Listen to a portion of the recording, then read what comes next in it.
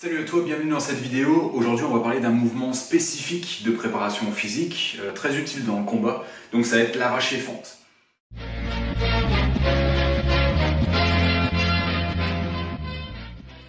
Donc dans cette vidéo on va voir tous les bénéfices qu'on va pouvoir en retirer dans le combat. On va voir aussi la technique, l'exécution et comment l'utiliser justement dans sa préparation physique. Donc au niveau des bénéfices, c'est un mouvement qui va développer une grande puissance. Donc un mélange de grande force produite et à la fois de grande vitesse. C'est un mouvement aussi qui demande une grande coordination et une synchronisation musculaire qu'on va retrouver également en combat sur une frappe ou sur une projection par exemple. Autre bénéfice, c'est un mouvement qui est global, qui est complet, c'est un mouvement d'ensemble qui va demander un recrutement de tous les muscles du corps. C'est aussi ce qu'on va retrouver donc en combat parce que peu importe la frappe ou la projection, tous les muscles du corps vont entrer en interaction pour produire le mouvement et pour produire de la puissance, peu importe que ce soit une frappe ou une projection. L'avantage aussi de l'arraché-fente par rapport aux autres mouvements d'haltéro qui sont très bien aussi, mais en fente, on va avoir une instabilité au niveau de la réception avec des appuis décalés et donc ça va demander un travail de gainage encore plus important.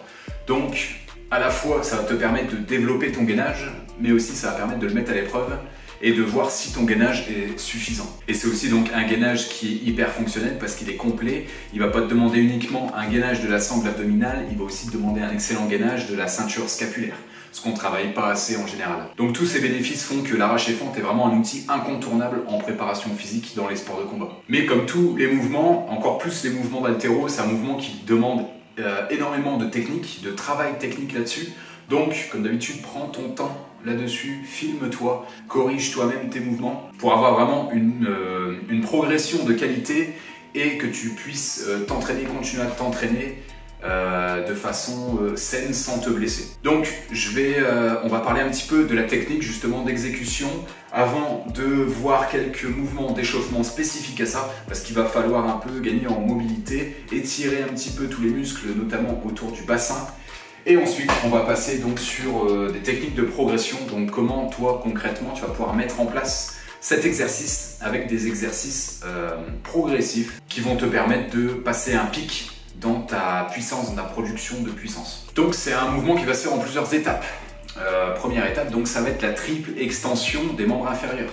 C'est-à-dire que tu vas commencer en position basse, cheville, genou, bassin fléchi. Et la première action qui va engager justement ce mouvement d'arraché-fente, ça va être la triple extension de cheville, genou et bassin. Suivi d'un tirage de la barre, donc avec les membres supérieurs, à un moment de suspension de la barre et synchronisé avec un moment où tu vas venir sous la barre pour arriver en réception, en appui décalé, en avançant légèrement un pied à l'avant, environ de la distance justement d'un pied, et ta jambe arrière, tu vas la reculer assez pour être donc en position fente, en appui sur la plante de pied et dans une position qui soit stable et forte. Donc le décalage des pieds, il va se faire parallèlement à une ligne imaginaire qui passe pile au milieu de ton bassin.